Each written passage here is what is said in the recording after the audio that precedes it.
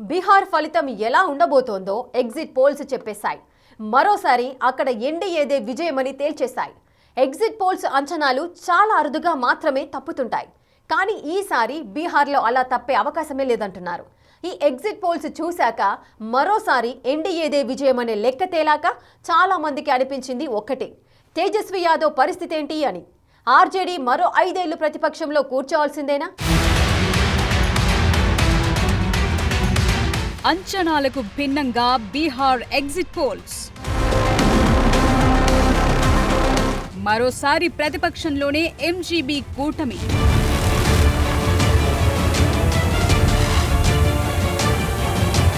తేజస్వి యాదవ్ రాజకీయ భవితవ్యంపై అనేక ప్రశ్నలు.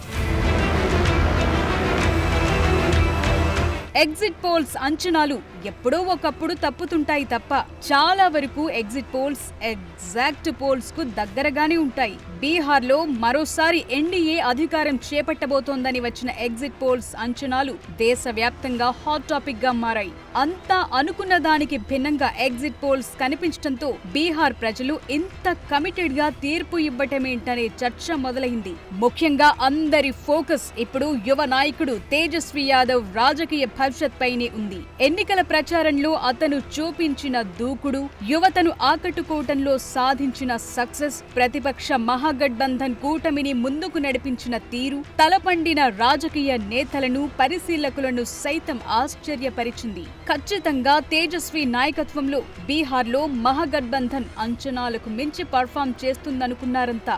కానీ ఎగ్జిట్ పోల్స్ వచ్చాక బీహార్లో గ్రౌండ్ రియాలిటీ ఎలా ఉందో అందరికీ అర్థమైంది. ఎగ్జిట్ పోల్స్ ఫలితాలన్నీ దాదాపుగా ఎన్డీఏకే మొగ్గు చూపటంతో అంతా అవక్కయ్యారు.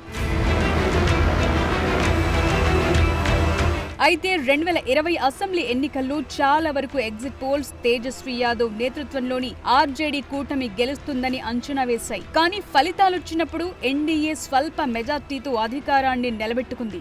ఆ ఎన్నికల్లో ఎన్డీఏ 125 సీట్లు గెలుచుకోగా మహాకూటమి 110 సీట్లకు పరిమితమయ్యింది. ఆర్జేడీ పార్టీ మాత్రం అత్యధికంగా 75 సీట్లు గెలుచుకుని సింగిల్ లార్జెస్ట్ పార్టీగా అవతరించింది. ఎగ్జిట్ పోల్స్ అంచనాలకు వాస్తవ ఫలితాలకు పెద్ద తేడా వచ్చింది. ఈసారి కూడా ఎన్నికలు హోరాహోరీగా సాగటంతో చివరి నిమిషంలో ఓటర్ల నిర్ణయం ఎగ్జిట్ పోల్స్ అంచనాలకు భిన్నంగా ఉండొచ్చనే ఆశ మహాగఠబంధన్ క్యాంపులో ఇప్పటికీ ఉంది. ఏదేమైనా ఈ ఎన్నికల్లో తేజస్వి యాదవ్ ఓ రైజింగ్ స్టార్ గా నిలిచారు. అతని జీవితంలో 2025 బీహార్ ఎన్నికలు ఓ కీలకమైన టర్నింగ్ పాయింట్ గా నిలిచాయి.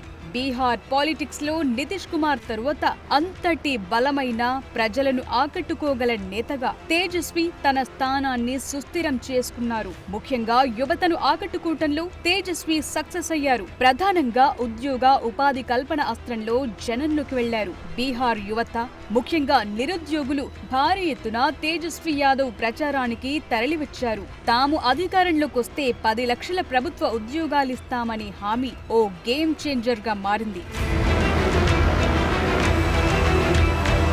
తేజస్వి యాదవ్ మహాగఠబంధన్ కూటమి ముఖ్యమంత్రి అభ్యర్థిగా దాదాపు ఒంటరి పోరాటాన్ని నడిపించారు. నితీష్ కుమార్, ప్రధాని మోదీ లాంటి అగ్రనేతల ఉమ్మడి శక్తిని ఎదుర్కొని కూడా ప్రచారంలో బలంగా నిలబడ్డారు. చాలా చోట్ల గట్టి పోటీ ఇచ్చారు. ఆర్జేడీ అంటే కేవలం ముస్లిం యాదవ్ ఓటు బ్యాంక్ అపవాదును తొలగించడానికి తేజస్వి ప్రయత్నించారు. ఉద్యోగాలు, అభివృద్ధి అంశాలకు ప్రాధాన్యమిచ్చి అన్ని వర్గాల ప్రజల మద్దతు కూడగట్టేందుకు కృషి చేశారు. అయినప్పటికీ బీహార్ ప్రజలు ఎందుకు తేజస్వి యాదవ్ కి మద్దతుగా నిలవలేకపోయారనే చర్చ మొదలైంది. ఒకవేళ ఎగ్జిట్ పోల్స్ అంచనాలు నిజమై మహాగఠబంధన్ ప్రతిపక్షంలో కూర్చోవాల్సి వస్తే మరో 5 ఏళ్లు తేజస్వి అపోజిషన్ కే పరిమితమవుతారు. అధికారంలోకొస్తామనే ఆశల నుంచి మరోసారి ప్రతిపక్షానికే పరిమితమవటం అనేది తేజస్వి ఆత్మస్థైర్యాన్ని దెబ్బతీసే అవకాశం ఉందనే టాక్ వినిపిస్తోంది. ఇది అతని రాజకీయ భవిష్యత్ పై ప్రతికూల ప్రభావం చూపే ఛాన్స్ కూడా ఉందంటున్నారు. అయితే ఆర్జేడీ మరోసారి సింగిల్ లార్జెస్ట్ పార్టీగా నిలిచే అవకాశం ఉన్నందున తేజస్వి యాదవ్ బలమైన ప్రతిపక్ష నాయకుడి పాత్రను పోషిస్తారా, అధికారం దక్కలేదని కుంగుబాటుకు గురవుతారా అన్నదే ఇప్పుడు ఇంట్రెస్టింగ్ గా మారింది. తేజస్వి యాదవ్ వయసు 40 ఏళ్లలోపే ఉంది. రాజకీయంగా ఇది చాలా చిన్న వయసు. మరో 5 ఏళ్లు ప్రతిపక్షంలో ఉన్న పెద్దగా తేడా ఏమీ ఉండదంటున్నారు. నితీష్ కుమార్ వయసు పెరుగుతోంది కాబట్టి రాబోయే రోజుల్లో తేజస్వికి ఎక్కువ అవకాశాలుంటాయనే అభిప్రాయాలు వినిపిస్తున్నాయి. క్యాంపెయిన్ ఇరగదీశారు, హామీలు గట్టిగానే గుప్పించారు. ఈసారి బీహార్ మొత్తం తేజస్వి వైపే నిలబడుతుందన్నట్లుగా కనిపించింది ఎలక్షన్ పిక్చర్. కానీ పోలింగ్ ముగిశాక గానీ తెలియలేదు బీహార్ పల్స్ ఎలా ఉందనేది. ఎగ్జిట్ పోల్స్ మరోసారి ఎన్డీఏ వైపు మొగ్గడంతో తేజస్వి యాదవ్ పడిన కష్టమంతా ఏమైపోయిందనే క్వశ్చన్ రైజ్ అయింది. ఎందుకు బీహార్ ప్రజలు మహాగఠబంధన్ని నమ్మలేదు? తేజస్వి హామీలు ఓవర్డోస్ అయ్యాయా? అవి అమలు కాని హామీలే ఆర్జేడీని ముంచేశాయా? తేజస్వి యాదవ్ కష్టమంతా ఏమైపోయింది?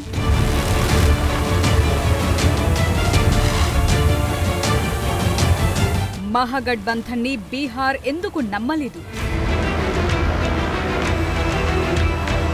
2025 బీహార్ అసెంబ్లీ ఎన్నికల హడావిడి మొదలవగానే అందరి దృష్టిని ఆకర్షించింది రాష్ట్రీయ జనతాదళ్ నాయకుడు తేజస్వి యాదవ్ ఒక్కడే. యువ నాయకుడు, మాజీ డిప్యూటీ సీఎం అయిన తేజస్వి ఓ వెత్తున ఎగసిన నిరుద్యోగ నిరసనను అస్త్రంగా మలుచుకుని బీహార్ రాజకీయ ముఖచిత్రాన్ని మార్చేస్తాడనే భారీ అంచనాలు కనిపించాయి.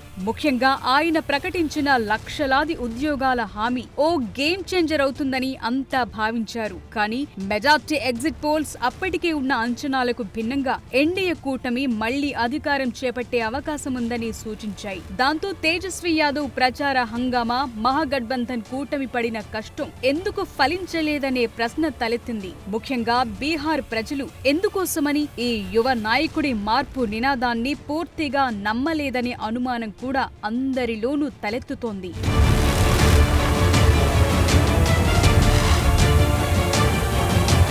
10 లక్షల ప్రభుత్వ ఉద్యోగాలు. బీహార్లో నిరుద్యోగ సమస్యతో అల్లాడుతున్న యువతను ఆకర్షించేందుకు ఇదొక బలమైన హామీ. కానీ చాలా మంది ఓటర్లు, గ్రామీణ ప్రాంత ప్రజలు ఇదొక అలవి కాని హామీగా భావించారనే చర్చ నడుస్తోంది. ఒకేసారి 10 లక్షల ప్రభుత్వ ఉద్యోగాలంటే రాష్ట్ర ఖజానాపై పడే భారం, అమలులో ఉండే సవాళ్ల లాంటి అంశాలను ఎన్డీఏ కూటమి బలంగా ప్రచారం చేసింది.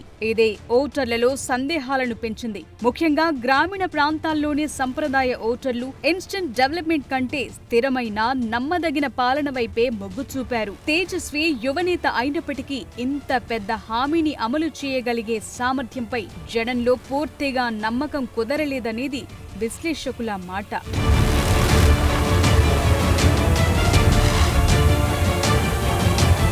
ఆర్జేడీ అంటే ఇప్పటికే చాలా మంది ప్రజలకు లాలూ ప్రసాద్ యాదవ్ పాలనే గుర్తొస్తుంది. 1990ల కాలంలో శాంతి భద్రతల పరిస్థితి, జంగల్ రాజ్ అనే అపవాదు ఇప్పటికీ ఆర్జేడీకి ఉన్న big minus point. CM Nitish Kumar, ప్రధాని నరేంద్ర మోదీ తమ ప్రచారంలో పదే పదే ఈ జంగల్ రాజ్ భయాన్ని ప్రస్తావిస్తూ వచ్చారు.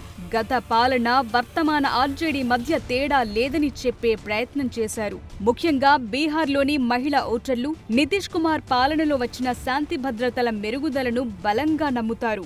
ఆర్జేడీ వస్తే మళ్లీ పాత రోజులు వస్తాయేమోనన్న భయంతో వారంతా ఎన్డీఏ వైపు మొగ్గు చూపారనే టాకుంది. ముఖ్యమంత్రిగా నితీష్ కుమార్ పాలనపై కొన్ని అపవాదులు ఉన్నప్పటికీ సుదీర్ఘకాలం సీఎంగా ఉన్న అనుభవం, బీహార్లో రోడ్లు, విద్యుత్ లాంటి మౌలిక వసతుల అభివృద్ధిని ఆయన చేసి చూపించారు. ఇవన్నీ స్థిరమైన పాలనకు సూచికగా ఓటర్లు భావించారు. పైగా కేంద్రంలో మోదీ ప్రభుత్వం అమలు చేస్తోన్న సంక్షేమ పథకాలు బీహార్లో కూడా బలంగా పనిచేసి ఎన్డీఏకు అనుకూలంగా మారాయి.